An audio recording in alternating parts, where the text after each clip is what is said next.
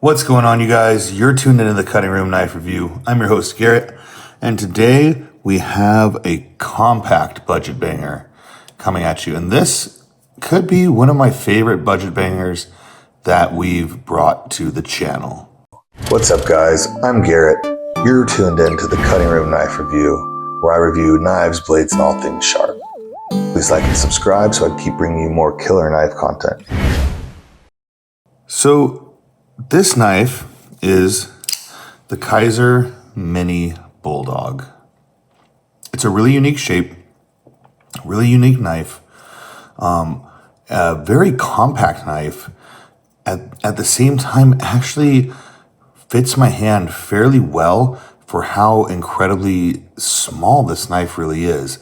Most knives that are in the size that this knife winds up being don't fit my larger hand, and this knife is actually fairly comfortable in my hands, remarkably comfortable in my hands for its size. So this is a knife that is the compact version of a knife, the Bulldog, that was the winner of a design contest that Kizer put on, that different knife makers were able to enter, and O.SHO is the designer of this knife and did just a really remarkable job. And you can see why he won this episode, or why he won that contest. It's just really remarkable how well this knife is thought out. The lines of it, the geometry of it, the blade geometry, how this fits in your hand, how the blade sits to compare to where the knife handle is, and how the action works with this knife. It's all really remarkable, and for a knife that costs $60. So not only do you get a budget knife out of this, but you get an incredible knife out of this knife. There's really no lose when it comes to this knife. There's only gain. I can't really pick apart too much that I don't like about this knife, if anything. And I don't say that about a lot of knives. I'm usually pretty positive when it comes to knives in general, and I don't just thrash knives because I don't really feel like bringing you guys knives that suck. I'd rather bring you knives that have a reason for you to look at them, and the reason should be that you should check them out if that style is for you. I try not to bring just garbage to the to the table, but this knife, I really have nothing but praise to sing for it, and I'm going to tell you why. But first, let's go over the specifications of this knife, the dimensions of it, and the materials that it's made out of. Okay, so the Kizer Mini Bulldog. The overall length of this knife is 6.18 inches. So that is very much on the compact side. Very, very compact in size. Actually, most knives, I would say that is too small for me to carry. Somehow this knife is not. It has a 2.51 inch blade. And most of this blade is effective edge. There's really not much of this blade at all that is not effective edge, and that's, I think, one of the best parts about this knife is there's not a bunch of metal sticking out on it that you can't use, not a bunch of length of the blade that isn't just usable cutting edge. And then for the handle length, we have a 3.66 inch handle. Okay, now that all, in most cases, adds up to too small of a knife for me. But somehow this knife just seems to fit in my hands. The way that the handle works, where he put the blade finger choil on the back end of this blade, how the blade drops down away from the handle, all that contributes to this knife being able to fit in my hands and be that small of a size. Now, this version of the knife has a Nitro-V Blade. This is a very modified sheepsfoot style of blade. It's a very unique sheepsfoot. And the strange shape of it really contributes to why this knife works so well. We have micarta scales with a stainless steel liner in them, and overall, this knife weighs next to nothing. This knife is 2.38 ounces. It is just probably the lightest knife I brought on the show. It's one of the smallest, so that makes sense that it'd be one of the lightest, but 2.38 ounces is very, very light.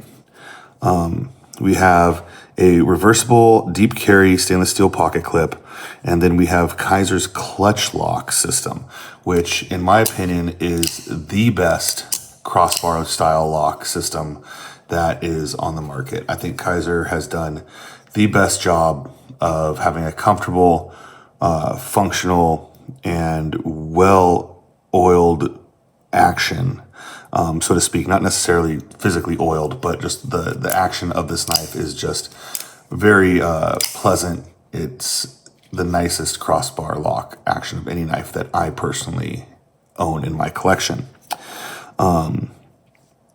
So we have jimping up here on the spine, and I really like that the jimping goes over this point right here and then down into this belly right here, because my thumb winds up usually sitting right in that belly.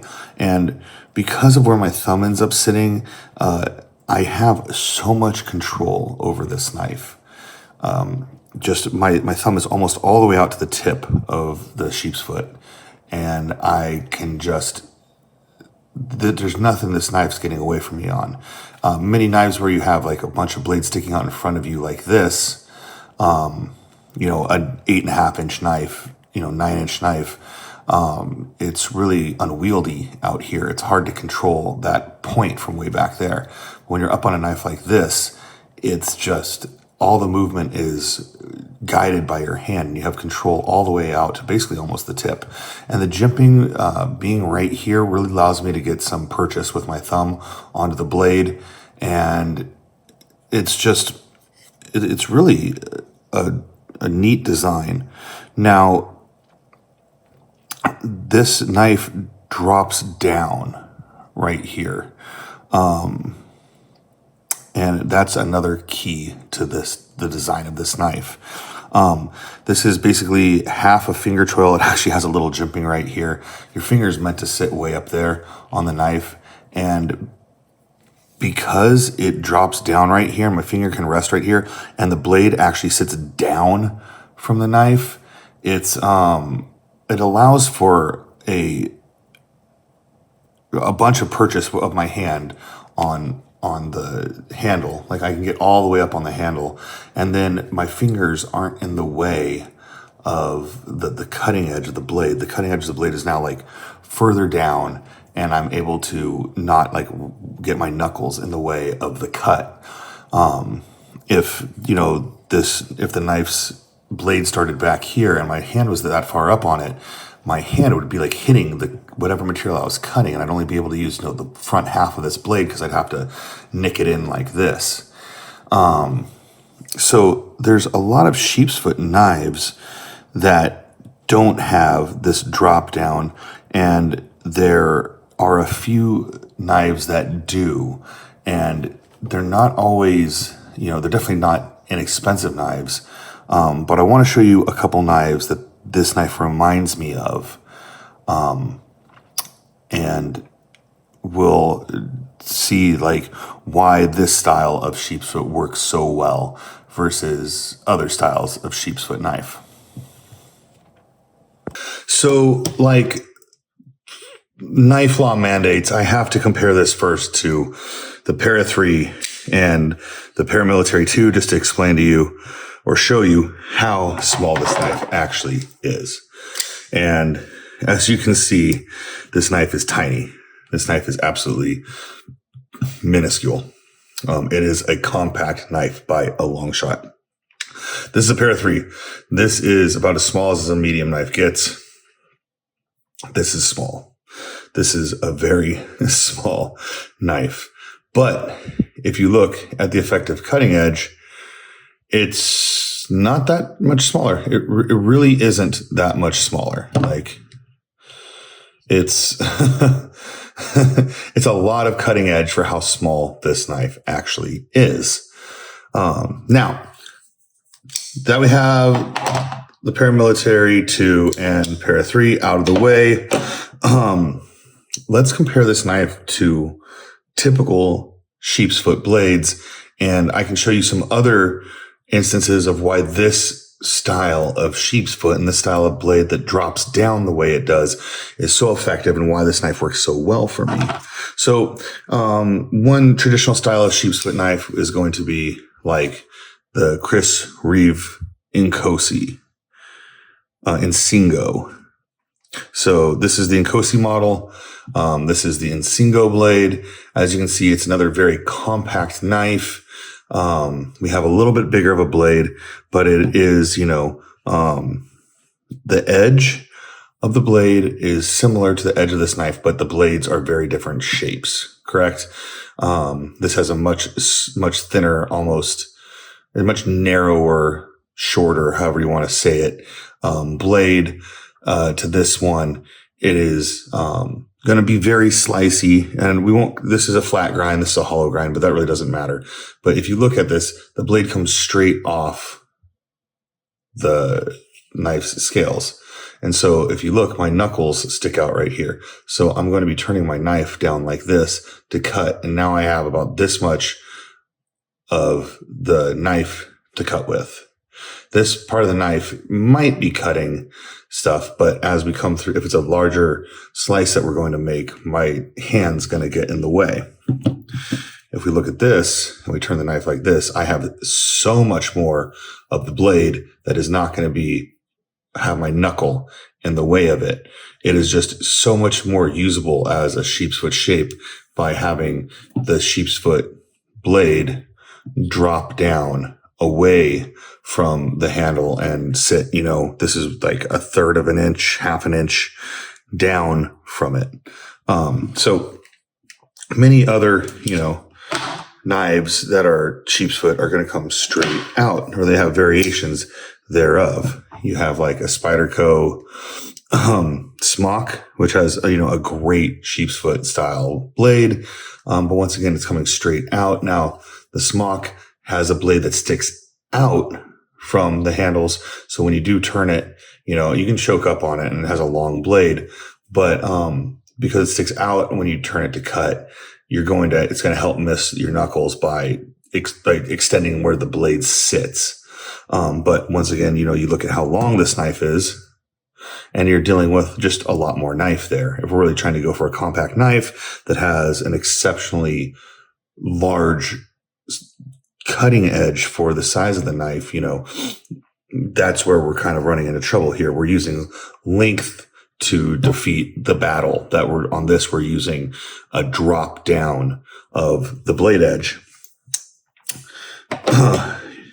We have like the Fireball, and once again, we have a similar blade edge, a little bit longer on the Fireball, but the Fireball drops down just a little bit.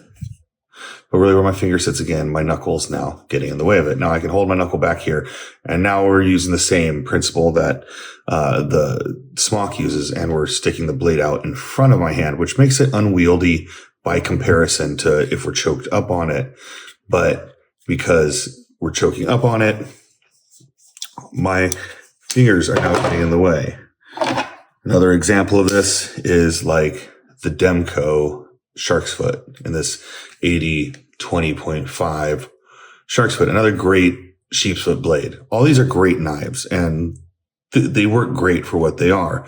But we are now, once again, sticking the knife out away from my hand. If I choke up on it, now I'm eating up blade space, and I'm only basically able to use this much of the blade before we start really running into my finger hitting material. So it reminds me more of knives like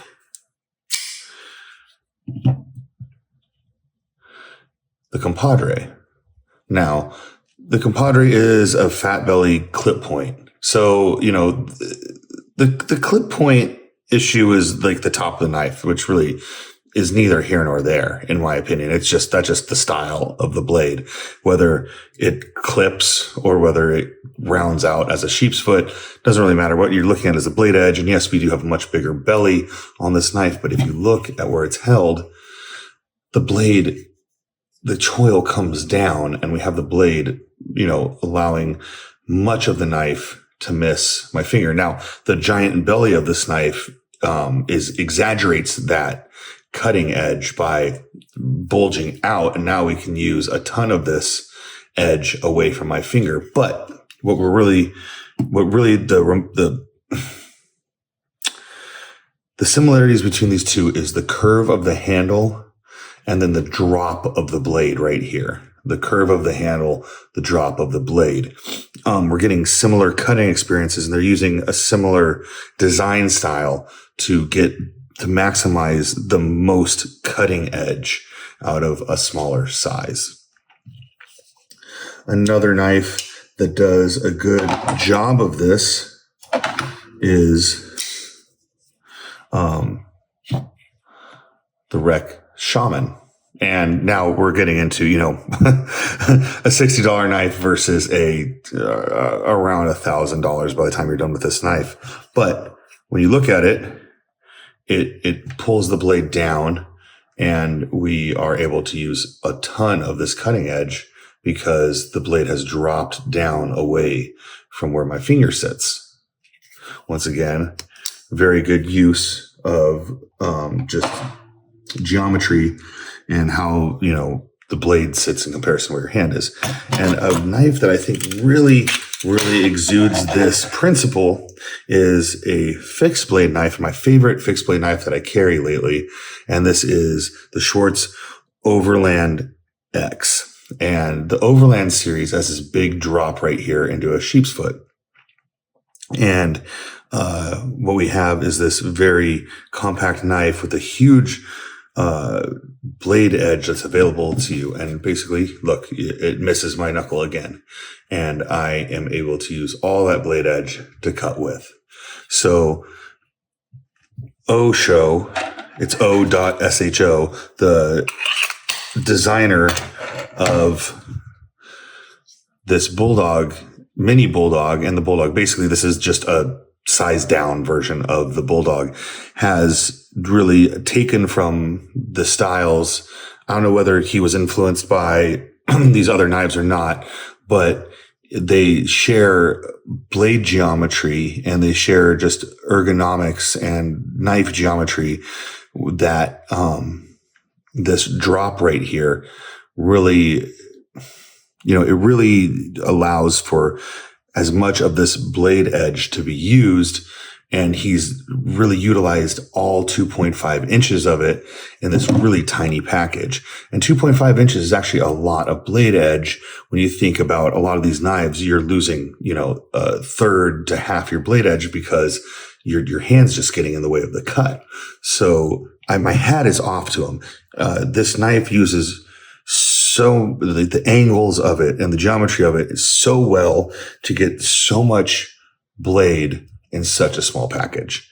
And I know that I was probably very long-winded right there explaining it, but I really wanted to give you guys some examples of other knives and much more expensive knives at that. We saw, a $250, $275 fixed blade. We saw a $300 Kunwu. We saw a $1,000 REK reblade. And this is a $60 knife that's basically utilizing the same geometry and principles of it. So that's just amazing. Now, we also have, a great Nitro-V Blade. It is a dark wash finish. It's a flat grind, but it's absolutely amazing. It's slicey. It's sharp as heck. We know that Nitro-V is tough. We know it takes a great edge. We know it's easy to sharpen. For a $60 knife, I think Nitro-V is one of the premier steels that you could use. It's going to be this or 14C28N. And the toughness of Nitro-V might win out for me in this shape of a knife. I dig this micarta. on this version. They have other materials for the handles. I believe they have G10. I know they have about $150 version of this knife that has S45VN for the blade. Kind of takes it out of budget banger territory. But, and might have like aluminum handles. I forget. But I really like these like rough edge micarta handles. There's just something about it that's just, it feels like a broken in knife from the moment you get it. It feels like this well-loved, comfy in the hand. It's real soft micarta. It's just grippy enough. It's not super slick, but it's not super rough either. It's just a cool design, cool look. I dig the rough edges of it. It's different. It's cool. It works for me. It just really works for me. We have a reversible pocket clip, so left-handed people rejoice. Clutch lock is, Kizer's version of the crossbar lock. And, it's awesome. It's, ambidextrous. So we're able to use it as a lefty just as easily as we can use it as a righty. So this is an ambidextrous knife. That's wonderful. We have thumb studs for deployment. They are put in really good places. Thumb flick is easy. Reverse flick is easy. Detent is great on this knife. So the clutch lock is an adjustable crossbar lock. Basically, there's 5 holes that you can put the Omega spring into on this side and 5 holes on this side you can put into. And I guess you can put them into different holes on each side. So the purchase of one side can be lighter than the other side. So say you want it strong on the thumb side and weaker on, the index finger side for whatever reason. Maybe you have a weak side of the two or you don't pinch them together. You can do that with a lock. I think that however they've made it up is just really smooth. It's a really well-functioning crossbar lock. And basically how a crossbar lock works is there's springs that are pulling this bar perpetually this way. The bar sits over a flat edge of the knife on the tang. So if you look right here, that's a flat edge that this bar clicks over, it holds over on it. It's going nowhere now until you pull the bar actually back off that edge. It cannot roll. It's got a sharp edge that this will not allow it to roll over. Now on the detent side, it has a rounded edge that if you see, it can roll past with as long as there's pressure being put on it. With enough pressure on it, the blade rolls the crossbar lock back, and it can flip open till it locks. And that roll, however steep it is or however, difficult it is to get past is the strength of, the detent versus the spring tension. And this is just a smooth, wonderful crossbar lock. There's other crossbar locks that I have, like this wee, bougie banter. And this is a $220-ish knife. And I would say that the action on the Kizer is superior to the bougie banter, which is saying something because this is a good knife with good action on it. I just don't think it has the same feel, same really nice feel to it that this Kizer has. I am incredibly impressed by this knife, just all around incredibly impressed. So everything from the ergonomics of almost 6-inch, a little more than 6 inch of a knife, being able to fit 4-finger grip in my big extra large hands, the ability for this knife, where the spine sits, I can put my thumb back here. I can put my thumb here very comfortably. The blade just seems to like nestle into my hand. The lightness of it, it's got a durable budget steel, but just done really well. I think the Nitro-V is the right choice on this. The action on it is great. And then the geometry of this knife is just excellent. It is absolutely just phenomenal. The way that this curves and allows my whole hand to sit on the the handle of the knife without the knife being long. It adds just enough little bit of space in the curve of it that my whole hand's able to get a purchase of this knife. I hate when my pinky doesn't sit on a knife. So I love that about this knife, even though it's very, very, very small in the pocket. The way that this curve of this spine right here flows with the knife when it's closed, so it stays extra thin. It doesn't bulge out like a Manix 2 does, where you close it and you have this big lump right here in your pocket. Its ability to just mimic the shape of this as when it's closed and then utilize that for my thumb when it's open is absolutely just genius design work on O.SHO's part. And then the drop of the blade. The drop of the blade is just phenomenal. It is exactly what this knife needs, and it is how this knife is why it's excellent and why that it can get so much cutting edge in such a small package. So as far as subcompact knives go, this is my favorite. This is my favorite compact knife pretty much out of all of my knife collection that I have that's available for sale right now. Little quick teaser. My knife, the Seraphim, coming from Trinity Edgeworks, is one of my absolute favorite compact knives at the moment. The Seraphim Compact or Mini Seraphim, we don't know what we're exactly calling it yet, is one of my favorites, but not available for sale yet. So ignore my quick plug right there.